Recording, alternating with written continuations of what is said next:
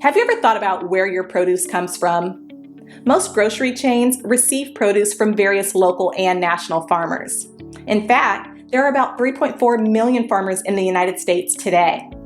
But of that staggering number, only 45,000 are Black farmers.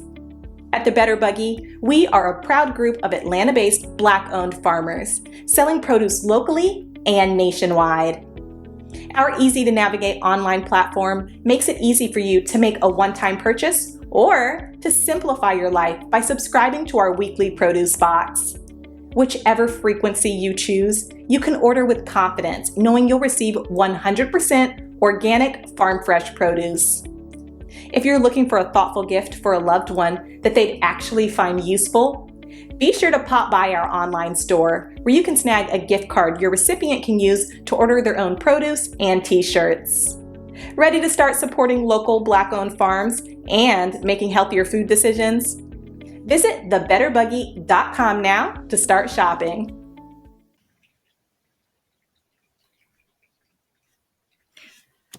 Recently, the House passed a bill to set up a commission to investigate the insurrection.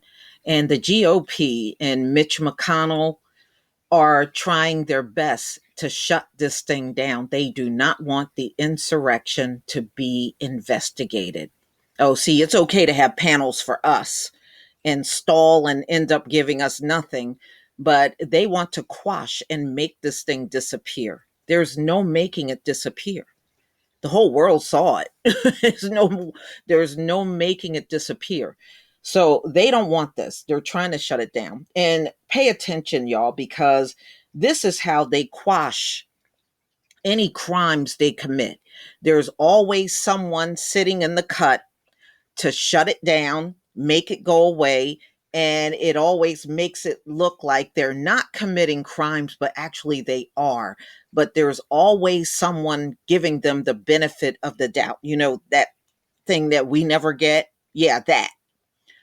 So I'm going to go ahead and play this from NPR, May 19th, 2021.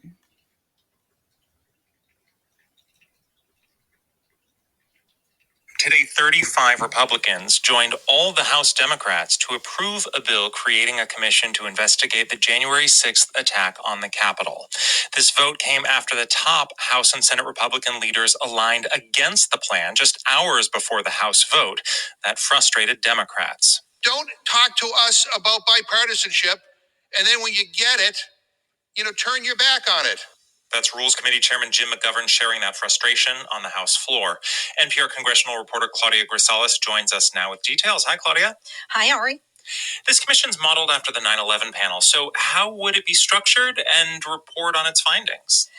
It's very similar to this 9/11 panel. It establishes a 10-member commission with half of them picked by Democrats, the others half by Republicans. It has bipartisan subpoena power, and they have a report due by December 31st. And it came together 4 months after the attack, with House leaders designating their top members on the Homeland Security Committee to reach a deal. But even after they did, House Republican leader Kevin McCarthy and Senate Minority Leader Mitch McConnell came out against it. What is driving that opposition, and why is there mixed support from the Republican Party on this? Well, this marks another loyalty test to former President Trump, who called the commission a Democrat trap, with McCarthy, who has demanded changes to an initial plan when it was proposed. But then after Democrats agreed to some of his calls, he came out against it again on Tuesday. And then today, Leader McConnell joined him just a day after expressing openness to it. And he pointed to ongoing law enforcement investigations and congressional probes. Let's take a listen. It's not at all clear what new facts or additional investigation yet another commission could actually lay on top of existing efforts by law enforcement and Congress.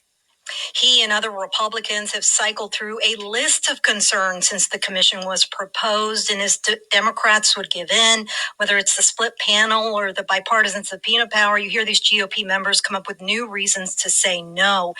And today, McConnell and others are focusing on how the commission is staffed. They wanted to go beyond even what the 9/11 commission did by giving Republicans more say there. That said, this isn't playing well among Democrats, and even members of the Capitol Police sent a letter to lawmakers expressing, quote, profound disappointment for their opposition. And they note they were subjected to hours of physical trauma. And they said it is inconceivable to see what they say is members downplaying the events of January 6th. And we should also note this renewed opposition comes after a meeting between McCarthy, McConnell, and other Senate Republicans who changed their tune on this plan. So where does this leave the commission now and other security efforts focused on the fallout from the insurrection? The commission's fate in the Senate is in danger. With McConnell expressing this opposition, it's hard to see other Republicans that will say, yes, we want to go forward with this. That said, Senate Majority Leader Chuck Schumer said he's bringing it to the floor either way. And one moderate Republican, Susan Collins of Maine, did not rule out a deal on this and said perhaps negotiations will get them there. NPR congressional reporter Claudia Grisales, thank you. Thanks for having me.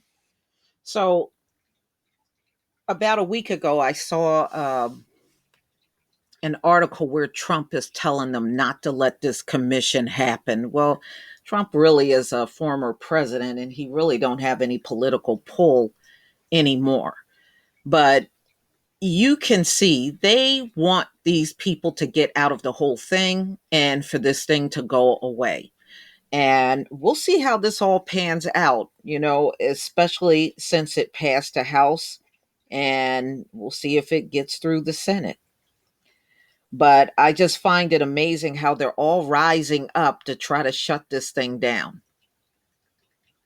But hey, you're going to have to face it. Your folks committed crimes. They broke into the Capitol. People got killed. Windows were broken out.